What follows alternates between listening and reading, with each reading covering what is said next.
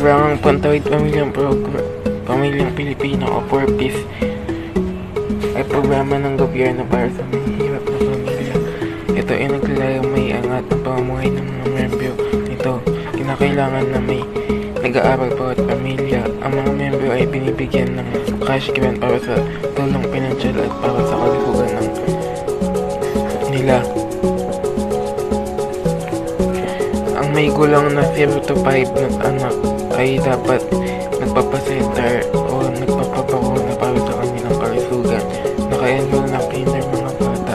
Samantalang ang 6 hanggang 18 ay kailangan ng deworming. Nakaka-enroll ng mga paaralan. Kailangan na 85% pataas ang kanilang attendance. Ang mga guarantee o mga head of the family ay kailangan na umattend ng FCA sa family development session kada isang araw sa isang buwan.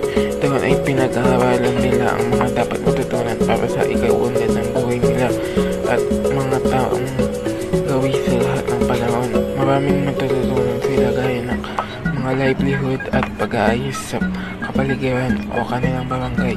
Ano nga ba ang naitutulong sa kanila ng programang 4Ps? May mga pamilyang tayong kakapamayan namin. Miyembro po ng 4Ps, taga-barangay 71, yung nakatira sa Tondo, Manila. Ako po ay may 2 anak na benepisyaryo. Yung isa lang ang natira dahil nag-graduate na po ng senior high ang isa. Ngayon po, ang nakakuha po namin cash grant ay nakalagay sa ATM. Tulong pinansyal para po sa amin na mga may hirap. Ang anak ko po ay bibili ko po ng mga gamit sa school, mga pangangailangan niya, at nakabili po rin kami ng mga pagkain para sa kanyang kalusugan. Gayon din binigyan din po kami ng rice subsidy. Binigyan din po kami ng rice subsidy dahil dagdag tulong po yun. Ngayon po, malaking tulong po sa amin. Papasalamat po ako sa gobyerno sa pagkakaroon po ng ganitong programa.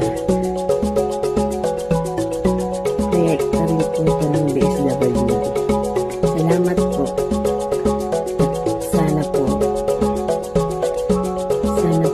sa iba naman po ay magkakaroon din po sila ng ganitong pagkakataon. Kapag kami po ay graduate na po sa programa, hanggang 7 taon lang ito. Maraming po salamat. Sila din po ay inaatasan gumawa sa komunidad gaya ng pagwawalis at iba't ibang proyekto, pag-recycling, pagtatanim, pagpapaganda ng paligid,